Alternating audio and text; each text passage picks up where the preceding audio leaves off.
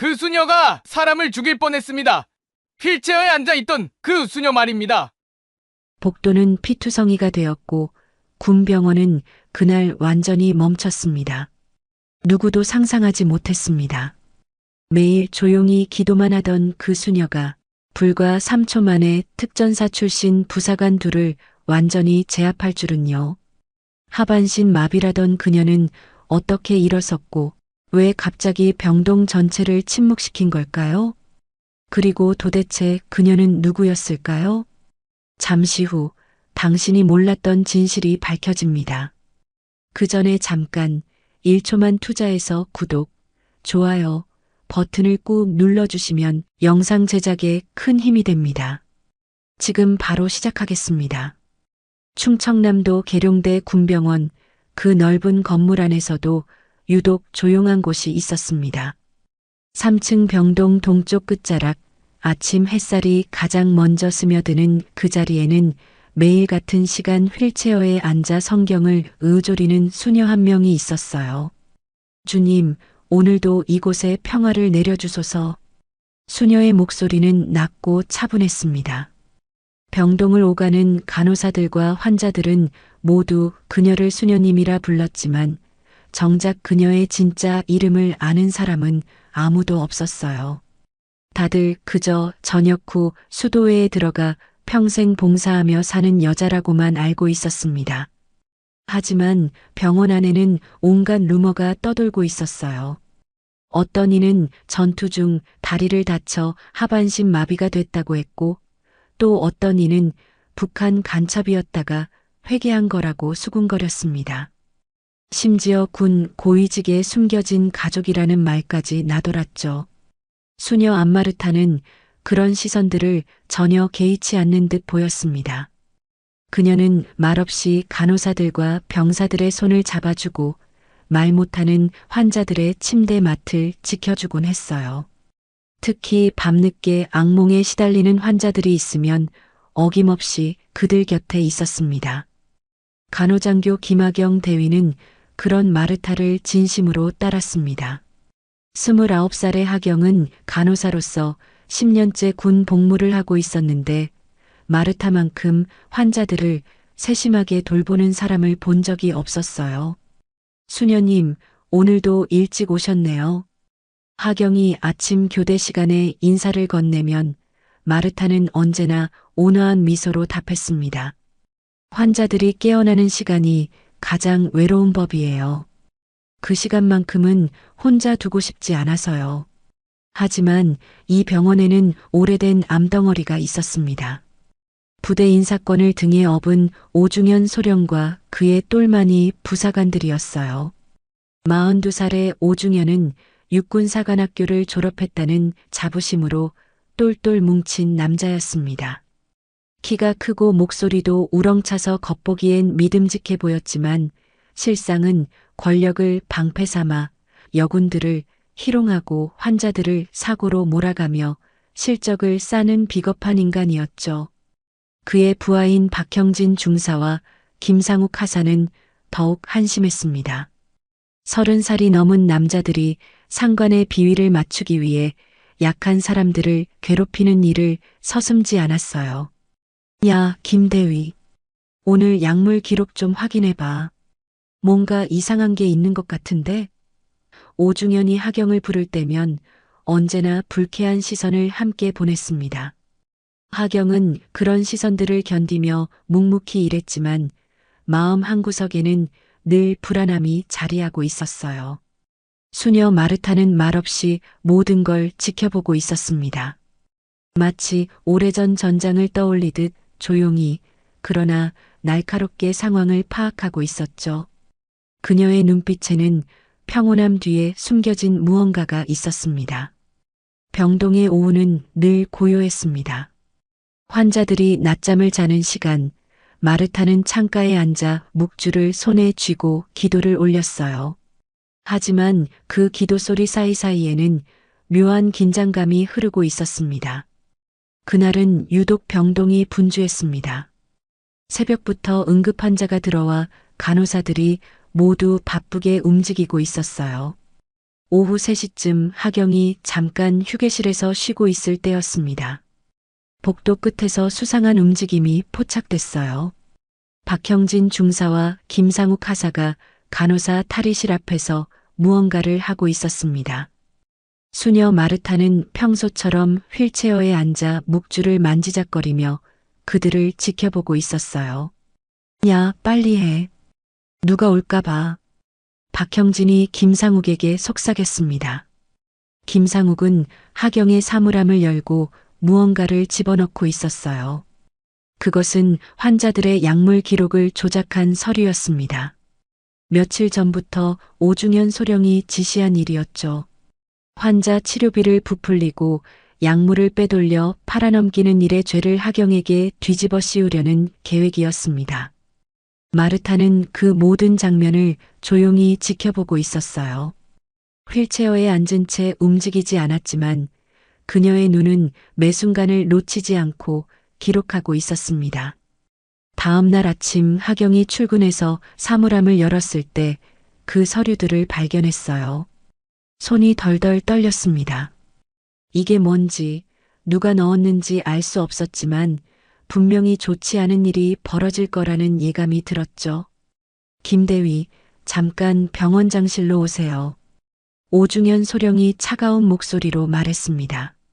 하경이 병원장실로 향하는 동안 박형진과 김상욱은 복도에서 마르타를 발견했어요. 평소 그들을 불편하게 만드는 존재였습니다. 항상 조용히 지켜보는 그 시선이 마음에 들지 않았죠. 야, 이 늙은이가 여기서 뭐 하는 거야? 박형진이 마르타의 휠체어를 발로 차며 말했습니다. 휠체어가 흔들리자 마르타의 묵주가 바닥에 떨어졌어요.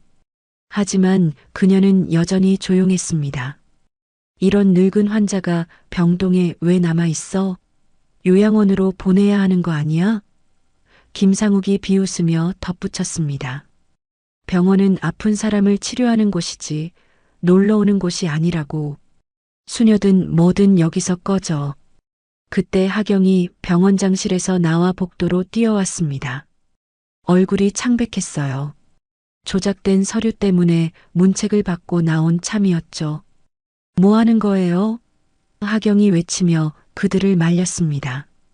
하지만 박형진은 하경까지 함께 밀쳐버렸어요. 하경이 벽에 부딪히며 주저앉자 마르타의 표정이 순간 변했습니다. 수녀는 그 자리에서 처음으로 입을 열었습니다. 목소리는 낮았지만 그 안에는 서늘한 무언가가 담겨 있었어요. 정의가 사라진 곳에 고통은 피를 뿌립니다. 나는 피를 본 일이 많습니다. 순간 병동 전체가 싸늘해졌습니다. 박형진과 김상욱은 물론이고 지나가던 다른 간호사들까지 모두 그 자리에서 움직임을 멈췄어요. 평소 온화하기만 했던 수녀의 눈빛에 얼음처럼 차가운 날이 스쳐 지나가는 것을 모두가 느꼈습니다. 마르타의 손은 바닥에 떨어진 묵주를 향해 뻗어졌어요. 그 움직임은 분명 천천히 이루어졌는데 왜인지 모르게 위협적으로 느껴졌습니다. 뭐야 이 할멈이. 박형진이 뒤로 물러서며 중얼거렸습니다. 하지만 마르타는 다시 묵주를 집어들고 조용히 기도문을 을조리기 시작했어요. 아무 일도 없었던 것처럼 평온한 표정을 되찾으며 휠체어에 앉아 있었습니다. 주님, 저희에게 평화를 주소서. 그 기도 소리가 복도에 울려 퍼졌지만 아무도 그 평온함을 믿지 않았습니다. 모든 사람이 느꼈어요. 수녀 안마르타가 무언가를 기다리고 있다는 것을, 그리고 그 기다림이 곧 끝날 것이라는 것을. 하경은 벽에 기대선 채로 마르타를 바라봤습니다. 처음으로 궁금해졌어요. 이 조용한 수녀님이 대체 누구일까? 그리고 그 차가운 눈빛의 정체는 무엇일까? 그날 밤 하경은 잠을 이룰 수 없었습니다. 조작된 서류 때문에 받은 문책도 문제였지만 무엇보다 수녀 마르타의 그 눈빛이 머릿속을 떠나지 않았어요. 분명히 평범한 수녀가 아니었습니다. 다음 날 아침 하경은 용기를 내어 군법무실을 찾아갔습니다. 그곳에는 정재호 중령이 있었어요. 45살의 정재호는 법무장교로 20년간 근무하며 온갖 사건을 다뤄본 베테랑이었습니다. 중령님, 혹시 수녀 암마르타에 대해 아시는 게 있으신가요? 하경이 조심스럽게 물었습니다. 정재호의 표정이 순간 굳어졌어요. 그는 잠시 망설이더니 파일 캐비넷을 열었습니다. 김대위, 이건 기밀사항이지만 당신이 알 필요가 있을 것 같군요. 정재호가 꺼낸 파일에는 극비라는 빨간 도장이 찍혀 있었어요. 그 안에서 나온 사진을 보는 순간 하경은 숨이 멎을 뻔했습니다. 젊은 여군이 전투복을 입고 있는 사진이었는데 그 얼굴은 분명히 지금의 마르타였어요. 수녀 안마르타, 본명은 안정년 소령입니다. 전직 해군 특수전 여군이었죠. 정재호는 천천히 이야기를 풀어나갔습니다. 안정년은 해군 UDT에서 복무하며 인간병기라는 별명을 얻었던 전설적인 인물이었어요.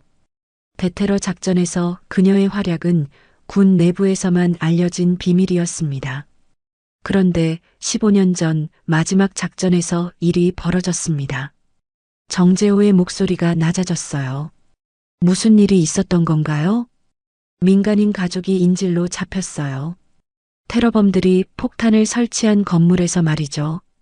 안정년 소령은 작전 명령을 어기고 혼자 들어가서 민간인들을 구해냈습니다. 하지만 그 과정에서 정재호가 말을 멈췄습니다. 하경은 마음을 졸이며 기다렸어요. 폭발에 휘말려 하반신 신경이 끊어졌습니다. 그 후 스스로 전역을 신청하고 사라졌죠. 그게 안정년 소령의 마지막 기록이었어요. 하경은 충격에 빠져 아무 말도 할 수 없었습니다. 그 조용한 수녀가 이런 과거를 가지고 있다니. 오후에 하경은 마르타를 찾아갔습니다. 수녀는 평소처럼 창가에 앉아 성경을 읽고 있었어요. 수녀님, 제가 여쭤봐도 될까요? 하경이 조심스럽게 물었습니다. 마르타는 성경을 덮고 하경을 바라봤어요. 그 눈빛은 여전히 평온했지만 어딘가 깊은 곳에서 무언가가 흔들리고 있었습니다. 무엇을 알고 싶으신가요, 김대위? 왜 수녀가 되셨습니까? 마르타는 잠시 침묵했습니다. 창밖을 바라보며 천천히 입을 열었어요.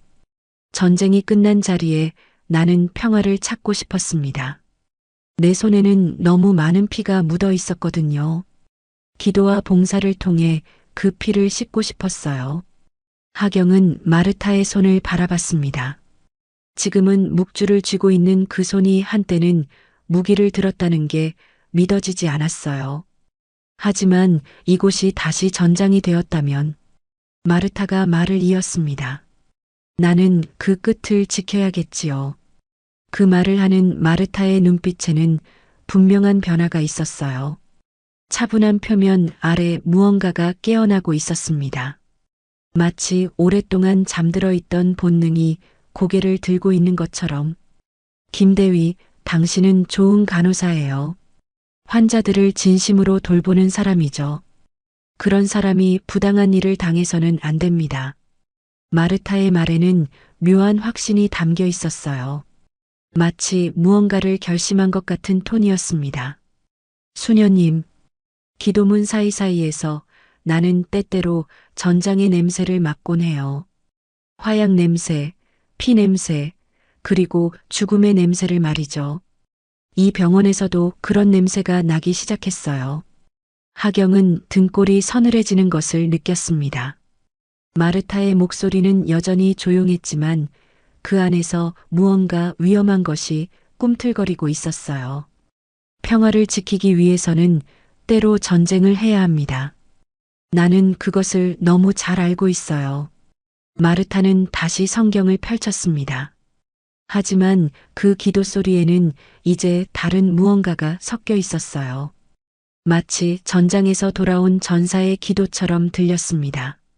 하경은 자리를 떠나며 확신했어요. 곧 무언가 큰 일이 벌어질 거라는 것을, 그리고 그 중심에는 수녀 암마르타가 있을 거라는 것을. 오중현 소령은 뭔가 수상하다고 생각했습니다. 며칠 전부터 수녀 암마르타의 행동이 달라 보였거든요. 평소보다 더 자주 병동을 둘러보고 간호사들과 환자들의 대화에 귀를 기울이는 것 같았습니다. 박 중사, 저 수녀 뭔가 이상하지 않아? 오중현이 박형진을 불러 말했습니다. 그러게 말입니다. 요즘 자꾸 우리 쪽을 노려보는 것 같아요. 한번 제대로 조사해봐. 그냥 평범한 수녀일 리가 없어. 박형진과 김상욱은 곧바로 수녀의 정체를 파헤치기 시작했어요. 군 내부 전산망을 뒤지고 인터넷에서 관련 자료들을 찾아봤습니다. 처음엔 별다른 정보를 찾을 수 없었지만 김상욱이 우연히 15년 전 신문 기사 하나를 발견했어요. 중사님, 이것 좀 보세요. 컴퓨터 화면에는 해군 특수부대 작전 중 부상, 여군 장교 의식불명이라는 제목의 기사가 떠 있었습니다. 기사에 실린 흐릿한 사진 속 여군의 얼굴이 지금의 마르타와 놀랍도록 닮아 있었어요. 이거 진짜 저 수녀 아냐? 박형진이 더 자세히 조사한 결과 해군 UDT의 전설적인 작전 기록들을 찾아낼 수 있었습니다. 그 속에는 인간병기라고 불렸던 안정연 소령의 이름이 여러 번 나타났어요. 와, 이거 실화야? 이 할멈이 진짜 특수부대 출신이었다고? 하지만 그들의 반응은 두려움보다는 조롱에 가까웠습니다. 지금 휠체어에 앉아 있는 늙은 여자가 한때 무서운 전사였다는 사실이 오히려 우스꽝스럽게 느껴졌거든요. 웃기네, 진짜. 이제 와서 휠체어에 앉은 인간병기라니. 한번 시험해 볼까? 오중현 소령에게 이 사실을 보고하자 그의 반응도 비슷했어요. 그래, 그럼 더 쉽네. 예전에 뭘 했든 지금은 그냥 불쌍한 장애인 수녀잖아. 오히려 이용하기 좋겠군. 오중현은 더욱 대담한 계획을 세웠습니다. 지금까지 간호장교들을 괴롭히는 정도였다면 이제는 아예 환자들의 약물을 대량으로 빼돌려 팔아넘기기로 한 거예요. 그리고 그 모든 죄를 수녀에게 덮어씌우기로 했습니다. 생각해봐. 예전에 특수부대 출신이었다면 약물에 대한 지식도 있을 거고 의심받기 딱 좋지 않냐? 게다가 지금은 휠체어 신세니까 반박도 제대로 못할 거야. 며칠 뒤부터 그들의 괴롭힘은 더욱 노골적이고 잔혹해졌습니다. 간호장교들 앞에서 일부러 수녀를 모독하고 환자들이 보는 앞에서 휠체어를 발로 차기도 했어요. 야, 인간병기. 이제 좀 무서우면 우리한테 덤벼봐. 김상욱이 마르타 앞에서 비웃으며 말했습니다. 마르타는 여전히 조용했지만 그녀를 지켜보는 하경과 다른 간호사들의 마음은 점점 더 아팠어요. 환자들도 수녀를 괴롭히는 모습을 보며 불안해했습니다. 한편 오중현은 병원장을 만나 거짓 보고를 했어요. 원장님, 수녀 암마르타에 대해 조사해봤는데 문제가 좀 있습니다. 예전에 군에서 문제를 일으킨 전력이 있고 최근 환자들 약물 관리에도 의심스러운 점들이. 육군사관학교 동기인 병원장은 오중현의 말을 그대로 믿었습니다. 아무런 확인 절차도 거치지 않고 수녀의 퇴원 절차를 밟기 시작했어요. 그럼 빨리 다른 곳으로 이송시키는 게 좋겠군. 병원 이미지에도 좋지 않아. 퇴원 명령서가 내려오자 박형진과 김상욱은 더욱 기세가 올랐습니다. 이제 마지막 한 방만 남은 상황이었어요. 내일이면 저 할멸이 나가는 거지. 마지막으로 제대로 한번 놀려줘야겠어. 하지만 그들은 알지 못했습니다. 마르타가 가만히 있었다는 것과 가만히 당했다는 것은 전혀 다른 의미라는 것을, 그리고 진짜 인간병기가 각성하기 직전이라는 것을. 마르타는 그날 밤 평소보다 오래 기도했습니다. 하지만 그 기도문 사이사이에는 이제 전혀 다른 의미가 담겨 있었어요. 주님, 내가 다시 검을 들어야 할 시간이 온 것 같습니다. 용서해 주소서. 그녀의 손은 묵주를 쥐고 있었지만 그 움직임은 마치 무기를 다루는 것처럼 정확하고 위험했습니다. 15년 동안 잠들어 있던 전사가 마침내 깨어나고 있었어요. 퇴원 이송 당일 아침, 병동에는 묘한 정적이 흘렀습니다. 평소보다 일찍 온 간호사들도 어딘지 모르게 긴장한 기색이었어요. 수녀 안마르타는 창가 자리에 앉아 마지막 묵주 기도를 하고 있었습니다. 주님, 오늘 하루도 이곳에 평화를 내려주소서. 하지만 평화를 지키기 위해서는 마르타의 기도 소리가 작게 울려 퍼졌지만 그 끝은 완전히 들리지 않았어요. 하경은 멀리서 그 모습을 바라보며 가슴이 먹먹했습니다. 이렇게 좋은 분이 부당한 누명을 쓰고 쫓겨나다니. 오전 9시 박형진 중사가 이송 명령서를 들고 나타났습니다. 그의 얼굴에는 승리감이 가득했어요. 수녀님, 오늘 다른 요양시설로 이송됩니다. 준비하세요. 마르타는 고개를 끄덕였습니다. 알겠습니다. 하나님의 뜻이겠지요. 박형진은 그 순간을 놓치지 않았어요. 지난 며칠간 계획했던 마지막 조롱을 실행에 옮길 때였습니다. 그런데 말이야, 수녀님. 박형진이 비웃으며 말했습니다. 우리가 다 알아냈거든요. 당신이 예전에 뭘 했는지 말이에요. 마르타의 손이 묵주 위에서 잠시 멈췄습니다. 인간병기였다면서요? 지금 보니까 그냥 불쌍한 할멈인데. 박형진이 계속해서 도발했어요. 김상욱도 옆에서 거들었습니다. 맞아요. 휠체어 탄 인간병기라니 정말 웃기죠? 그때 박형진이 갑자기 마르타의 휠체어를 발로 차버렸습니다. 휠체어가 크게 흔들리며 마르타가 앞으로 기울어졌어요. 야, 이제 좀 무서우면 덤벼봐. 예전처럼 말이야. 박형진이 다시 한번 휠체어를 발로 찼을 때 마르타의 묵주가 바닥에 떨어졌습니다. 둥근 구슬들이 복도 바닥에 흩어지며 또르르 굴러갔어요. 그 순간이었습니다. 마르타가 천천히 고개를 들었어요. 그녀의 눈빛에는 이제 평온함 따위는 찾아볼 수 없었습니다. 대신 15년 동안 잠들어 있던 무언가가 완전히 깨어나 있었어요. 내가 천국을 원한다면. 마르타가 낮고 차가운 목소리로 말했습니다. 먼저 지옥을 봐야겠지. 그 말이 끝나기도 전에 놀라운 일이 벌어졌습니다. 마르타가 휠체어에서 벌떡 일어선 거예요. 하반신 마비라고 알려진 수녀가 멀쩡하게 서 있었습니다. 박형진은 순간 정신이 나갔습니다. 뭐야? 당신 다리가. 마르타는 대답 대신 번개처럼 빠른 움직임을 보였어요. 박형진의 오른쪽 손목을 정확히 잡더니 비틀어 버렸습니다. 딱 하는 소리와 함께 박형진의 비명이 복도에 울려 퍼졌어요. 아, 내 손목이. 박형진이 바닥에 쓰러지자 김상욱이 황급히 도망치려 했습니다.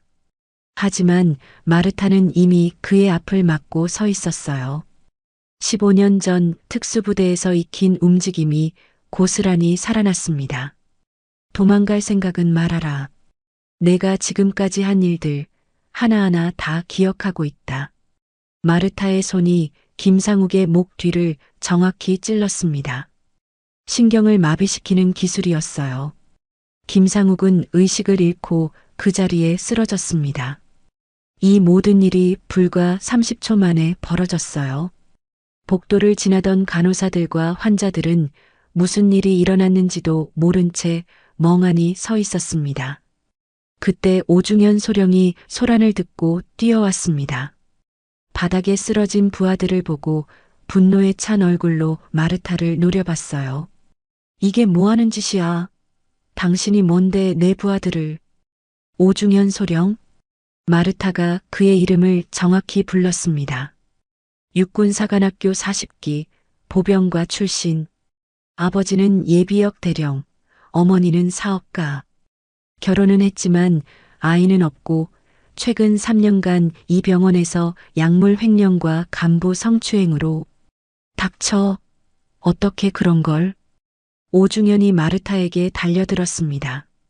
하지만 그는 무술 훈련을 제대로 받아본 적이 없는 일반 장교였어요.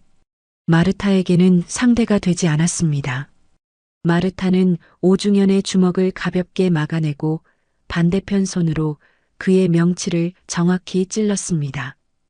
오중현이 숨을 제대로 쉬지 못하며 비틀거리자 마르타는 그를 복도 끝 병실 유리창 쪽으로 밀어냈어요. 쾅! 오중현의 머리가 유리창에 부딪히며 거미줄 모양의 금이 갔습니다. 그는 그 자리에서 기절했어요. 병동 전체가 완전한 침묵에 빠졌습니다. 간호사들은 숨도 제대로 쉬지 못한 채 서 있었고 환자들은 병실 문틈으로 상황을 지켜보고 있었어요. 마르타는 천천히 몸을 돌려 흩어진 묵주를 주었습니다. 하나하나 정성스럽게 모으는 그 모습은 방금 전의 폭력적인 장면과는 정반대로 평온해 보였어요. 그리고 다시 휠체어에 앉았습니다. 마치 다리에 힘이 없는 것처럼 자연스럽게. 하경이 떨리는 목소리로 물었습니다. 수녀님, 다리가 멀쩡하신 거예요? 마르타는 조용히 미소 지었습니다. 하반신 마비는 맞아요. 하지만 아드레날린이 분비되면 잠시 감각이 돌아와요. 예전 의무관이 설명해준 일시적 현상이죠. 그게 진실인지 거짓인지는 아무도 알 수 없었어요. 중요한 건 지금 이 순간 수녀 안마르타가 다시 한번 인간병기의 모습을 보였다는 것이었습니다. 김대위, 마르타가 하경을 불렀습니다. 이제 이 병원이 조금 더 평화로워질 거예요. 아픈 사람들을 위한 진짜 치료가 이루어질 수 있을 거고요. 마르타는 다시 묵주를 손에 쥐고 기도를 시작했어요. 하지만 이번 기도는 달랐습니다. 승리한 전사의 기도였어요. 복도 끝에서는 여전히 오중현과 박형진, 김상욱이 쓰러져 있었습니다. 그들의 부당한 권력이 마침내 무너진 순간이었어요. 병원 전체에 경보가 울렸고 곧 헌병들이 출동할 것이었습니다. 하지만 마르타는 전혀 동요하지 않았어요. 오히려 오랜만에 진정한 평온을 찾은 것 같았습니다. 주님, 정의가 실현되었습니다. 이제 진짜 평화가 올 수 있기를. 그녀의 기도 소리가 고요한 병동에 울려 퍼졌습니다. 병원의 경보음이 요란하게 울려 퍼진 지 1시간 만에 정재호 중령이 헌병대와 함께 도착했습니다. 그 뒤로는 군사보안사령부 요원들과 국정원 직원들까지 몰려왔어요. 평소에는 조용하기만 했던 계룡대 군병원이 순식간에 아수라장이 되었습니다. 현장을 봉쇄하고 관련자들을 모두 분리 조사하라. 정재호의 명령이 떨어지자 헌병들이 재빠르게 움직였어요. 오중현 소령은 응급실에서 머리 CT를 찍고 있었고 박형진 중사는 손목 골절로 깁스를 하고 있었습니다. 김상욱 하사는 목 뒤 신경마비로 아직 의식이 완전히 돌아오지 않은 상태였어요. 정재호는 사건 현장을 꼼꼼히 살펴봤습니다. 복도 바닥에는 묵주구슬 몇 개가 굴러다니고 있었고 병실 유리창에는 오중현의 머리가 박힌 자국이 거미줄처럼 퍼져 있었어요. 하지만 가장 눈에 띄는 건 마르타의 손에 걸린 묵주였습니다. 그 묵주에는 핏자국이 묻어 있었어요. 하지만 이상했습니다. 그 피는 폭력의 피가 아니었어요. 오히려 신성한 무언가처럼 보였습니다. 수녀 안마르타를 데려와라. 정재호가 말했습니다. 마르타는 여전히 휠체어에 앉아 조용히 기도하고 있었어요. 헌병들이 그녀를 에워쌌지만 전혀 동요하지 않았습니다. 안정년 소령, 정재호가 그녀의 진짜 이름을 불렀습니다. 마르타는 천천히 고개를 들었어요. 오랜만이네요, 정재호 중령. 마지막으로 만난 게 내 저녁식 때였죠? 당신이 왜 이런 일을 했는지 설명해 주시겠습니까? 마르타는 묵주를 바라보며 말했습니다. 이 묵주에 묻은 피는 제 피예요. 그들을 제압하는 과정에서 손가락이 조금 베었거든요. 하지만 이 피는 정의의 피입니다. 정재호는 현장을 다시 한번 살펴봤어요. 확실히 과도한 폭력의 흔적은 없었습니다. 오히려 정교하고 절제된 제압술의 흔적만 보였어요. 중령님, 하경이 다가와 조심스럽게 말했습니다. 제가 모든 걸 증언하겠습니다. 오중현 소령과 그 부하들이 어떤 일들을 저질렀는지요. 정재호는 하경의 말을 들으며 점점 더 심각한 표정을 지었어요. 약물 횡령, 서류 조작, 성추행. 그동안 은밀히 이루어진 범죄들이 하나씩 드러나고 있었습니다. 그리고 수녀님은 하경이 마르타를 바라보며 말했습니다. 지금까지 모든 걸 참고 견뎌왔어요. 환자들과 저희를 지키기 위해서요. 다른 간호사들도 하나둘씩 증언에 나섰습니다. 평소에는 무서워서 말하지 못했던 일들을 털어놨어요. 오중현 일당이 저지른 악행들이 점점 더 구체적으로 드러났습니다. 정재호는 마르타 앞에 앉았어요. 이분은 전쟁 영웅입니다. 과거를 숨기고 싶었겠지만 누군가는 기억해야 합니다. 그의 목소리에는 존경심이 담겨 있었어요. 15년 전 안정년 소령의 마지막 작전을 알고 있는 몇 안 되는 사람 중 하나였거든요. 안정년 소령은 민간인을 구하기 위해 자신의 다리를 희생했습니다. 그리고 오늘 다시 한번 약한 자들을 지키기 위해 일어섰어요. 정재호는 조사 과정에서 더 많은 진실을 발견했습니다. 오중현 일당이 준비한 조작된 서류들, 마르타에게 모든 죄를 뒤집어 씌우려던 계획, 그리고 그동안 은밀히 빼돌린 의료용 마약들의 규모까지. 이건 단순한 폭행 사건이 아닙니다. 조직적인 범죄 집단을 소탕한 정당방위 행위예요. 하경은 조사가 끝난 후 진술서를 작성했습니다. 그녀는 자신의 이름과 함께 이렇게 적었어요. 수녀 안마르타, 본명 안정년 소령은 병기를 버리고 기도를 택했습니다. 15년 동안 평화롭게 살며 아픈 사람들을 돌봤어요. 하지만 정의가 무너졌을 때 그녀는 다시 인간병기로 돌아올 수밖에 없었습니다. 그것은 자신을 위한 것이 아니라 약한 사람들을 지키기 위한 선택이었어요. 우리 군은 그녀를 잊지 말아야 합니다. 정재호는 진술서를 읽으며 고개를 끄덕였어요.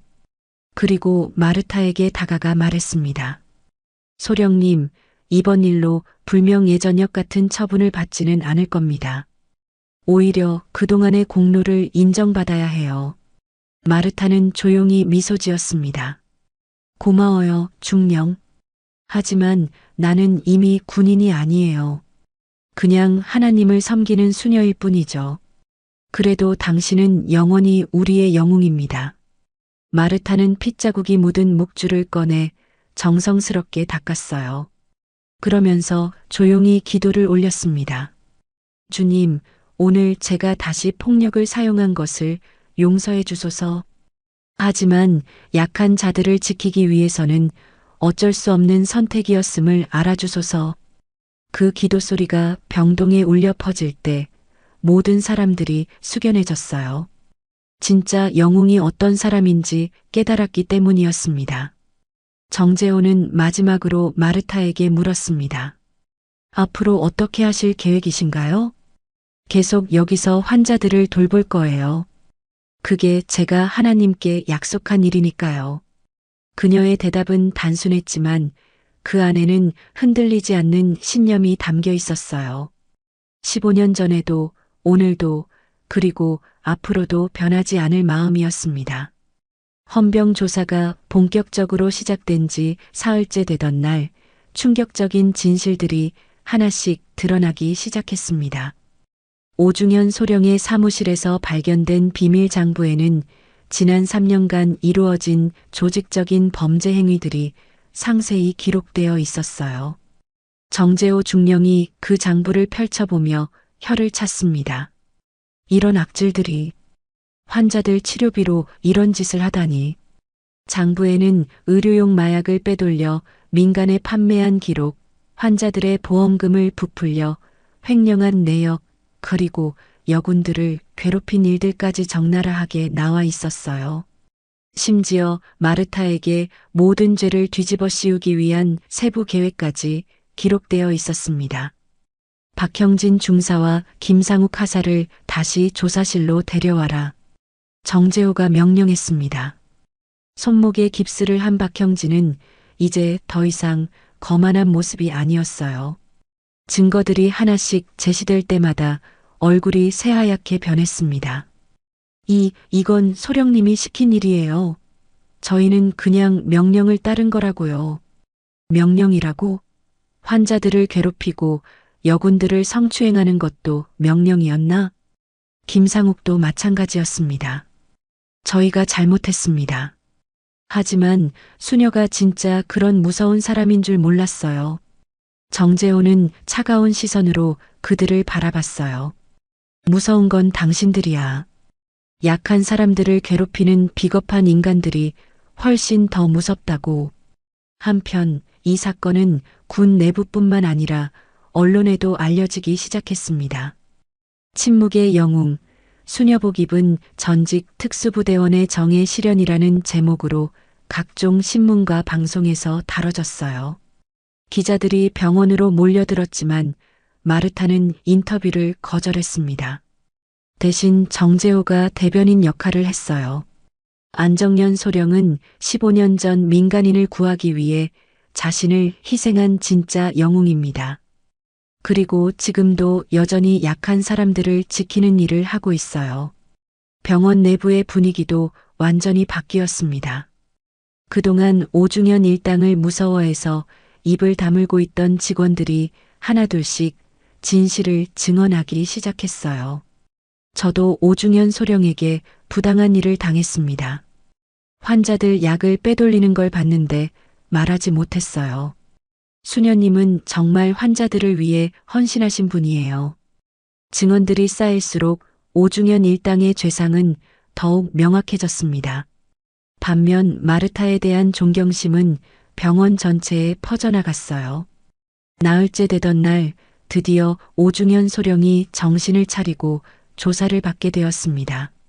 머리에 붕대를 감고 나타난 그의 모습은 초라하기 그지없었어요. 오중현 소령, 당신이 저지른 일들에 대해 해명해 보시오. 정재호가 증거 서류들을 쌓아놓고 추궁하자 오중현은 더 이상 버틸 수 없었습니다. 죄송합니다. 제가 욕심을 부린 거였어요. 하지만 수녀가 그렇게 무서운 사람인 줄은. 무서운 게 아니라 정의로운 사람이었어. 당신이 제대로 된 군인이었다면 그걸 알았을 텐데. 결국 오중현 소령은 파면되었고 박형진과 김상욱은 군법재판에 회부되었습니다. 3년간 쌓아온 부정부패의 대가를 치르게 된 거였어요. 병원장도 책임을 져야 했습니다. 부하들의 비리를 제대로 감독하지 못한 책임, 그리고 확인도 없이 마르타를 내쫓으려 했던 일 때문이었죠. 마침내 모든 조사가 끝난 후 마르타는 병원장실 앞에 섰습니다. 병원장은 그녀를 제대로 바라보지도 못하고 고개를 숙이고 있었어요. 원장님, 마르타가 조용히 말했습니다. 죄송합니다, 수녀님. 제가 너무 성급했습니다. 이 병원은 아픈 이를 고치는 곳입니다. 권력을 휘두르는 곳이 아니라 생명을 위로하는 곳이지요. 마르타의 말에는 꾸짖음이 아닌 깨우침이 담겨 있었어요. 병원장은 더욱 고개를 숙였습니다. 앞으로는 정말 환자들을 위한 병원이 되도록 하겠습니다. 그럼 됐어요. 하나님은 회개하는 자를 용서하시니까요. 마르타가 병원장실을 나서자 복도에는 이미 많은 사람들이 모여 있었어요. 간호사들, 의사들, 환자들, 심지어 청소부 아저씨까지 모두 그곳에 서 있었습니다. 그리고 그들은 모두 마르타를 향해 조용히 경례를 올렸어요. 이번엔 진짜 경례였습니다. 마음에서 우러나오는 존경과 감사의 경례였어요. 하경이 앞으로 나와 말했습니다. 수녀님, 저희가 수녀님께 얼마나 감사한지 모르실 거예요. 고마워요, 김대위. 하지만 나는 그냥 해야 할 일을 했을 뿐이에요. 정재호도 그 자리에 있었습니다. 그는 마르타에게 다가가 정중히 인사했어요. 소령님, 아니 수녀님. 이번 일로 당신의 명예가 완전히 회복되었습니다. 군에서도 공식적으로 감사를 표하고 싶어 해요. 고마운 일이지만 나는 이미 다른 길을 선택했어요. 지금 이 모습 그대로면 충분해요. 마르타는 다시 휠체어에 앉았습니다. 그리고 모든 사람들을 둘러보며 온화한 미소를 지었어요. 여러분 모두 고생 많았어요. 이제 정말 평화로운 병원이 될 수 있을 거예요. 그날 저녁 병동은 오랜만에 따뜻한 분위기에 휩싸였습니다. 오중현 일당이 사라지자 모든 사람들의 얼굴에 미소가 돌아왔어요. 진짜 치료가 이루어지는 병원으로 다시 태어나는 순간이었습니다. 몇 달이 흘렀습니다. 계룡대 군병원은 완전히 새로운 모습으로 변화했어요. 오중현 일당이 사라진 후 병원 전체에 따뜻한 바람이 불기 시작했습니다. 가장 먼저 눈에 띄는 변화는 간호사들의 표정이었어요. 그동안 긴장과 불안에 시달렸던 얼굴들이 이제는 환한 미소로 가득했습니다. 복도를 걸어가는 모습도 한결 가벼워 보였고 환자들과 나누는 대화에도 진심이 담겨 있었어요. 오늘 기분이 어떠세요? 하경이 환자들에게 묻는 목소리에는 예전과 다른 따뜻함이 있었습니다. 환자들도 변했어요. 침상마다 작은 화초들이 놓여 있었는데 이건 마르타가 시작한 일이었습니다. 생명이 있는 곳에는 희망도 함께 자란다며 환자들에게 작은 화분을 하나씩 나누어 준 거였어요. 수녀님, 제 화분에 새싹이 났어요. 한 환자가 기뻐하며 마르타에게 보여줬습니다.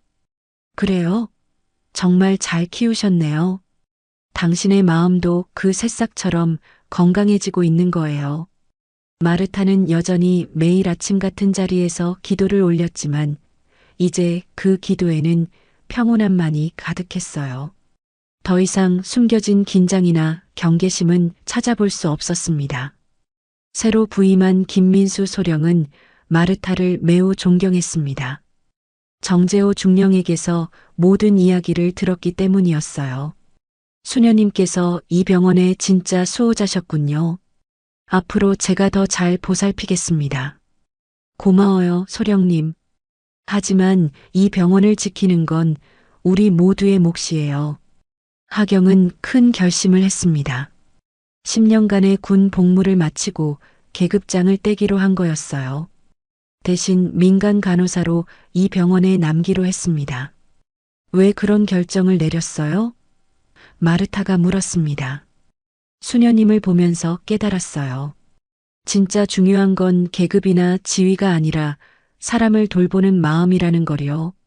저도 수녀님처럼 진심으로 환자들을 돌보고 싶어요. 마르타는 하경의 손을 따뜻하게 잡아주었어요. 좋은 선택이에요. 당신은 정말 훌륭한 간호사가 될 거예요. 병원에는 새로운 전통이 생겼습니다.